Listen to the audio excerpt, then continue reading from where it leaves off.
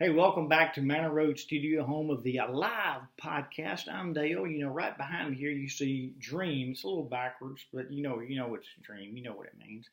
And man, I got a lot on my mind today, and it's going to ramble. You know me, but if you'll listen and dig for it, I think you'll find a lot of nuggets in there that you can use in everyday life.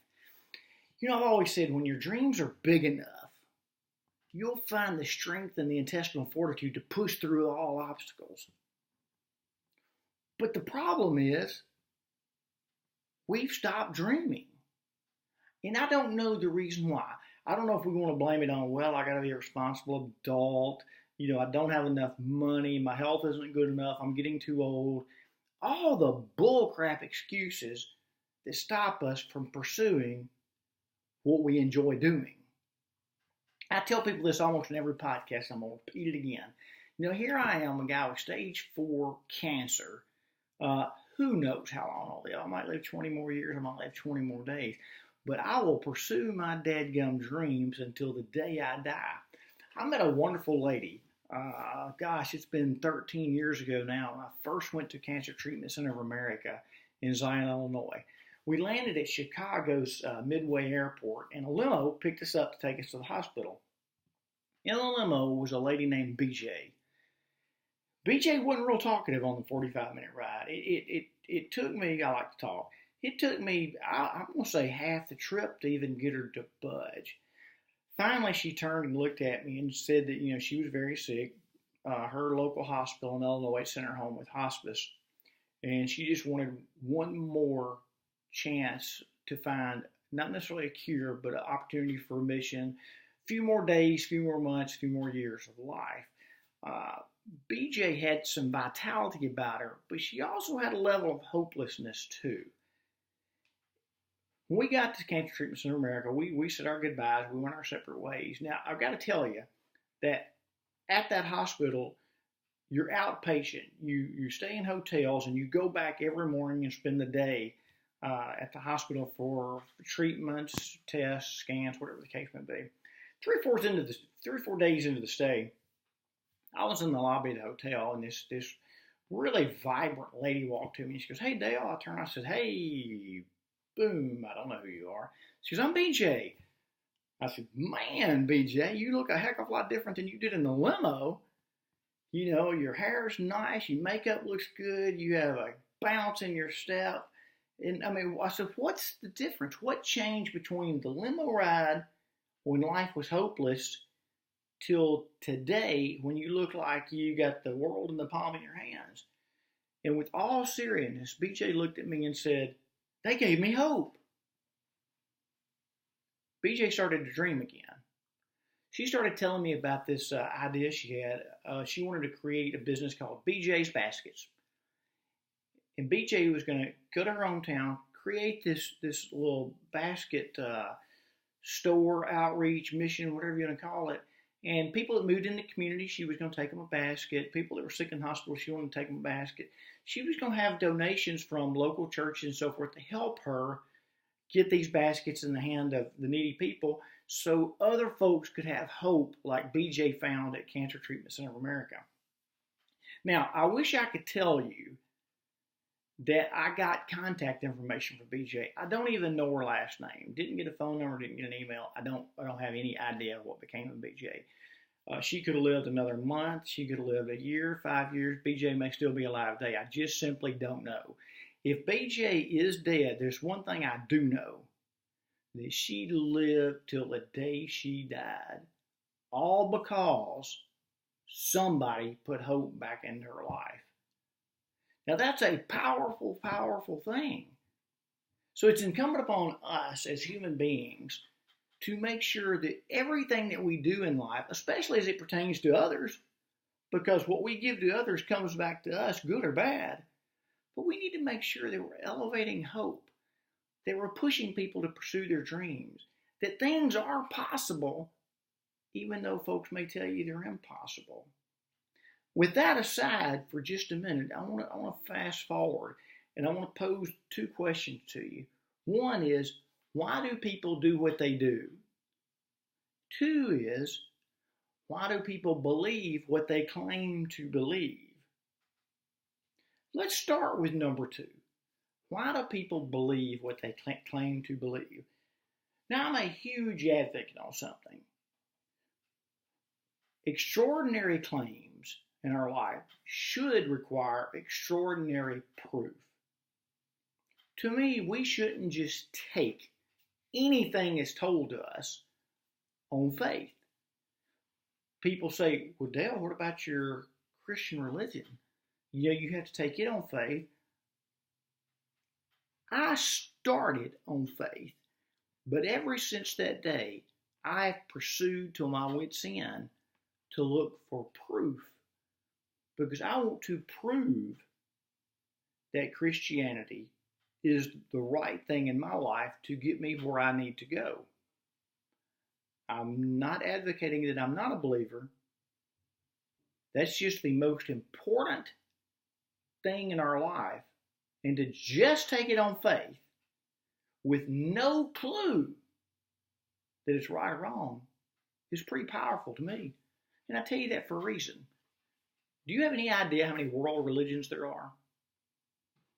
I've heard that there are literally thousands of world religions.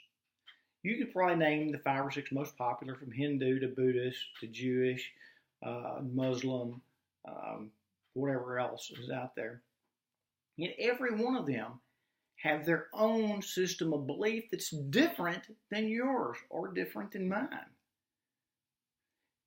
So when we take things on faith and faith alone, how do we know that theirs isn't true? How theirs isn't real? We don't. I'm not telling you not to believe in whatever faith you believe in. I'm telling you to always be seeking a deeper understanding, always searching for more proof. There's nothing wrong with that. Always search to solidify that which you've been told to believe. So why do we believe what we believe? I honest to goodness think that some of it's fear. Not everything. There are many reasons to believe what we believe. I like to think that I and you believe things because we have proof of their reality. We have proof of their existence. We know that they're real. I think, I can't tell you with 100% certainty, but I believe that I'm real. And I believe whoever's watching this is real as well. I don't need any more proof of that because I can tangibly see it. I can tangibly hear it. So with our senses, there's some things that we just know, but there's some things that we don't. So when you ask yourself, why do you believe what you believe? Give yourself permission to be honest about the answer. One thing that we always talk about, with especially Alive, because the A in Alive is authenticity. Can you be truly authentic to yourself and others when you don't know or don't care about the beliefs that you hold? Or do you do what you do out of fear? As long as fear is your primary motivator, you will never have the ability to reach your maximum potential. Don't get me wrong. Fear sometimes is good. If a grizzly bear is chasing me, I'm scared to death. Fear is a hell of a motivator. I'm fixed to start running like I've never run before, climb a tree, jump in the lake, do whatever I got to do. So fear isn't always a bad thing. But when fear drives our belief system because we've been told what to believe, that's a problem. That takes away our authenticity. Then I wrote down here, what makes people do what they do? I think that's a heck of a question. What makes you do what you do? When I was a runner before cancer, now I've got a urostomy and a nephrostomy tube that's prohibiting me from running, but I ran for 30 years simply because I enjoyed it. Were there health benefits? Absolutely. But I'll be honest with you, I didn't run to be healthy. I was healthy because I enjoyed running. I loved lap swimming. I had friends of mine that we'd meet at 5 o'clock in the morning and we'd go lap swimming. I enjoyed lap swimming. Did I do it for my health? No. Was my health a side benefit of swimming? Absolutely. So the why do we do what we do? Now, there are things that we do out of fear. I was talking to somebody the other day, and they had an opportunity to move out of state. This young couple did. But the girl was scared to death of how her parents were going to react. Then you may go, oh, well, no, this is serious. And many of you listening to this have faced an obstacle similar to that. But this fear was so strong that they ended up not taking that opportunity. Will they later regret it? I don't know. Neither do they. But I do know this, that as long as fear is their primary motivator, they can't reach their ultimate potential. That's the whole gist of this. If you want to be a dreamer again, if you want to promote hope, we've got to make sure that fear belongs in our life where fear belongs. The grizzly bear, remember? But it can't be our primary motivator for doing what we do or believing what we believe. We want to be truly authentic.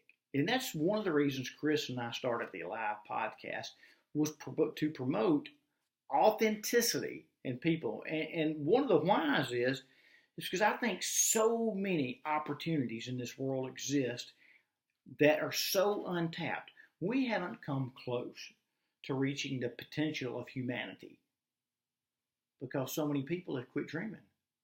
So many people have quit believing the impossible to be possible. I'm hoping you're not one of them. There's nothing in you that prohibits you from doing more, doing better, dreaming again, and believing in yourself again. Elevate the hope in your life. When hopelessness comes in, and it does, we all face hopelessness every now and then, work with all your strength and all your might to get back to a place of hope. You're probably sitting there going, well, gosh, can you at least give me some instruction on that? As time goes on and we do more podcasts, we'll continue to figure out a way to elevate hope. But right now, we just want to create awareness. Because I think when we start to know and understand that fear is stopping us from pursuing what we could be doing, then we need to be making a way or looking for a way to do better. There's an old saying that says, the way you see the world isn't the way the world is, it's the way you are. I think that's a very, very powerful statement. Two people can see the same thing. One person sees it positive, one person sees it negative. Both are right in their own mind. But why? When there's an obstacle in your way, the old proverbial rock and hard place, if you come up on the rock and it's blocking you, get on the rock, make it your foundation. The hard place, rock and the hard place, you're standing on the rock, it's your firm foundation. Make the hard place your freaking stepping stones to take you to a place in life where you start believing the impossible to be possible. We all have obstacles, but very few are willing to plow through them. Most try to go around them. I want you to make the most of your life. Let's look at the acronym to Alive again. Authenticity, A. The L is love. And you can say, oh, but I love everybody. I'm talking about loving yourself. Love you. You are the most important person in your life. Without you, you have nothing. Love who you are. The I is imagine. We've already talked about it in this podcast. Imagine the impossible to be possible, because it is. V is victory. I despise victim mentality, but I love victor mentality. Just think about it and ask yourself, in everything that I do, say, post on social media, am I trying to be a victim? Am I trying to be a victor? You'd be surprised. E is evolve. Our lives have got to continue to evolve. We're in a process of evolution, up, not down. Forward, not backwards. Future, not past. Your past doesn't need you anymore. Your future needs you a lot. I look forward to many, many more live podcasts because I've got so much to say. I got so much vibrancy in my life that I don't have enough time, it feels like, to get it all out there. So I'm gonna kind of close this down for the day. Contact me. Manor Road Studio on Facebook, Dale Childress on Facebook. Send us messages. We really, really, really care about what you think. And if there's topics you want us to discuss, bring them out. I'd love to discuss it. Maybe someday soon we'll start having people on the podcast with us. We're working now to get phone lines connected to it where people can call from all over the world and we have conversation with them. Dale Childress at iCloud.com is my personal email. Of course, you can send me a message on Facebook. It doesn't matter. The point is, we want to hear what you think. Now, let me do one more thing before we close. An advertisement for an upcoming podcast I'm going to be doing. I think it's going to happen next week, so Chris can be on it with us because it's very, very important. We're looking at the pros and cons of the legalization of cannabis. I want to know your feelings about it, good or bad. Doesn't matter. Just be able to defend why you feel the way you do. If you've got pros, tell us why you're for it. If you got cons, tell us why you're against it. It's a topic I'm passionate about. I'm not going to tell you where I stand yet. You'll find out soon enough. In the meantime, thank you for joining me today. I'm Dale and look forward to seeing you again really, really soon.